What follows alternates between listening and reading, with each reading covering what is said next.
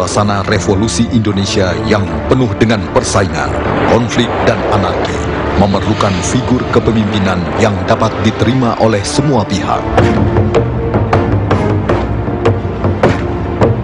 Maka, karena pilihan revolusi dan psikologi masyarakat, membuat kepemimpinan Soekarno-Hatta menjadi lambang persatuan yang kuat selama tahun-tahun revolusi.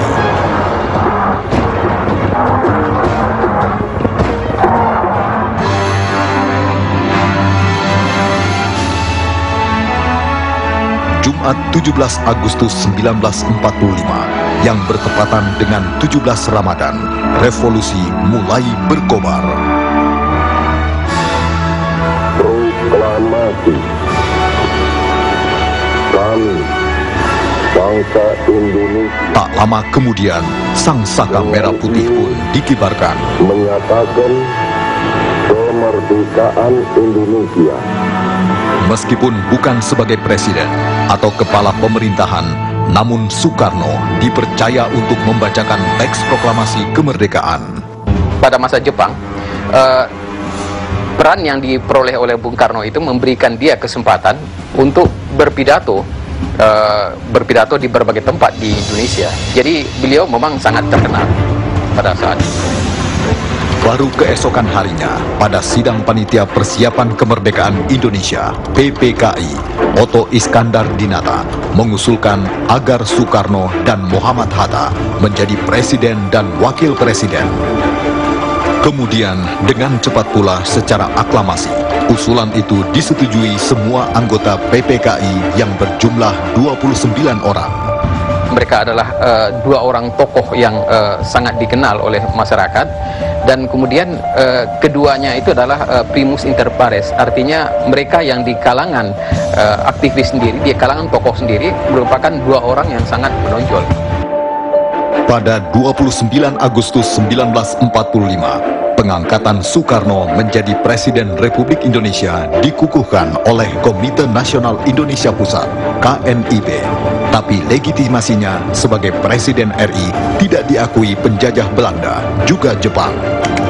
Maka untuk lebih mensahkan kedudukan juga keberadaannya, Presiden Soekarno mengadakan rapat umum di Jakarta.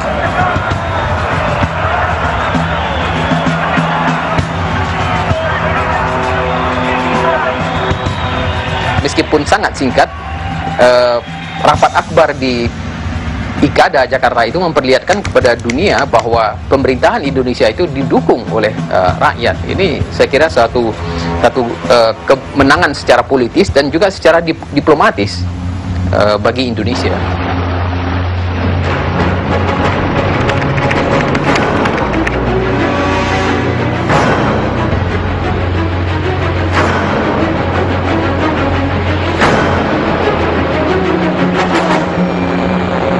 Karena Jakarta dalam keadaan tidak aman, tanggal 4 Januari 1946, Presiden Soekarno dan Wakil Presiden Muhammad Hatta hijrah ke Yogyakarta.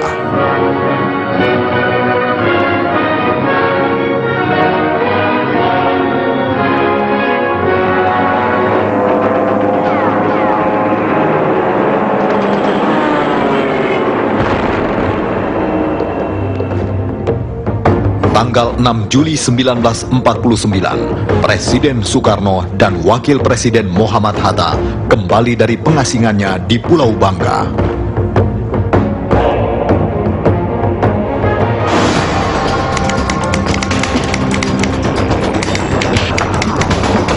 Dari tanggal 23 Agustus sampai 2 November 1949, konferensi meja bundar diselenggarakan di Belanda.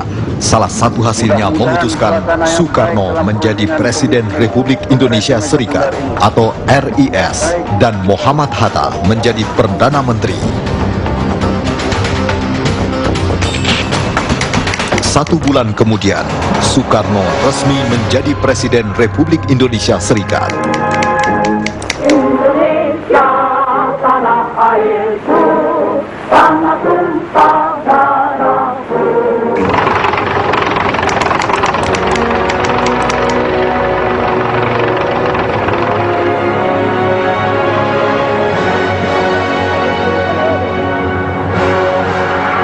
Setelah 4 tahun di Yogyakarta, Presiden Soekarno kembali ke Jakarta. Ibu kota negara pun kembali berkedudukan di Jakarta. Ini hari aku telah menginjak lagi bumi Jakarta.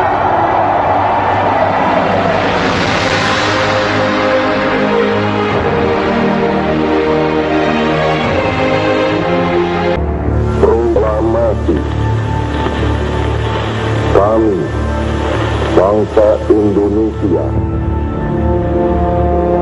Sang Saka Merah Putih yang telah dikibarkan pada 17 Agustus 1945 sebagai tanda awal kemerdekaan serta simbol berdirinya Negara Kesatuan Republik Indonesia diusik keberadaannya oleh Belanda.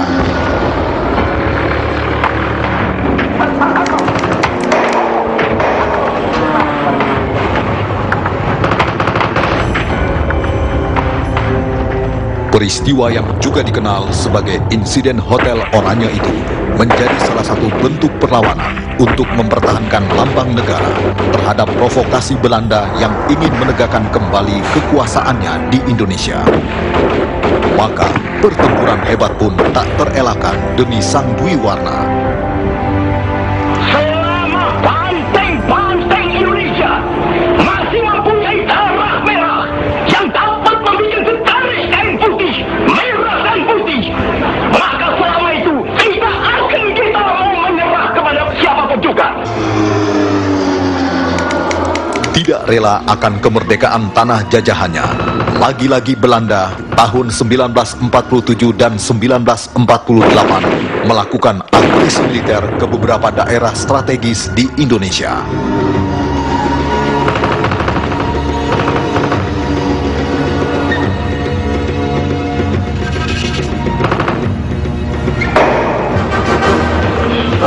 Perjalanan Sang Dwi Warna tidak melulu dengan peperangan dan ceceran darah.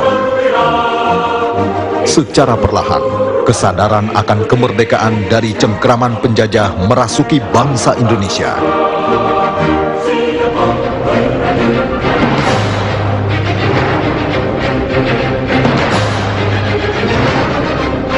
Tahun 1927, Soekarno, seorang pemuda lulusan Teknische Hogeschool Bandung, mendirikan Partai Nasional Indonesia atau PNI.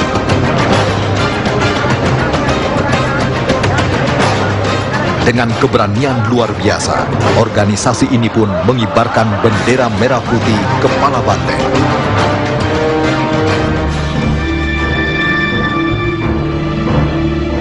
Karena aksinya itu, Soekarno dan kawan-kawan digiring ke penjara dan PNI pun dibubarkan oleh Belanda.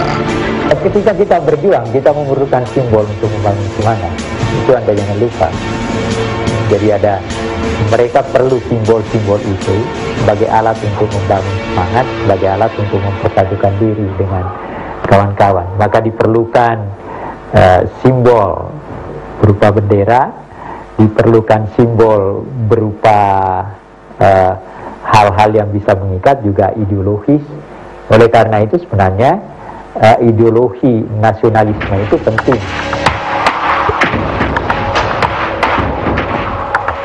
Pada 28 Oktober 1928, di Kongres Pemuda, bendera merah putih ditetapkan dan dikibarkan sebagai bendera Indonesia. Saat itu, dikumandangkan pula lahirnya bangsa Indonesia.